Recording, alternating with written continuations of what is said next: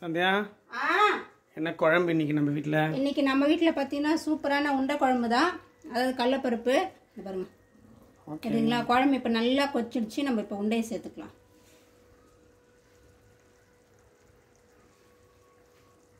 சூப்பரா இருக்கு. Okay friends, இன்னைக்கு நம்ம வீட்ல லஞ்ச் இதுதான். சாதம், கடலைப்பருப்பு உருண்டை குழம்பு. எல்லாருமே வாங்க நம்ம சேர்ந்து சாப்பிடலாம். கூடவே இந்த சேனலை சப்ஸ்கிரைப் பண்ணிக்கோங்க. மறக்காம பெல்கான கிளிக் பண்ணிக்கோங்க. பாய். சந்தியா என்ன பண்ற? செம்ம வாசனையா இருக்கு.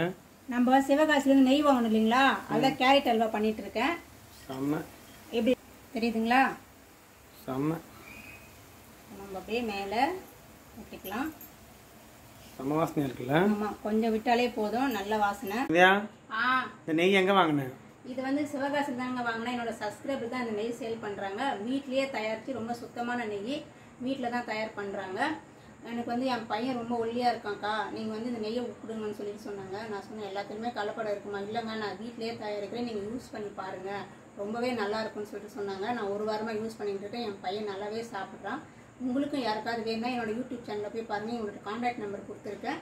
நீங்க வேணும்னா கால் பண்ணிட்டு ஆர்டர் பண்ணிக்கோங்க. ஓகே, இப்போ அல்வா சாப்பிடலாமா? சாப்பிடலாம்.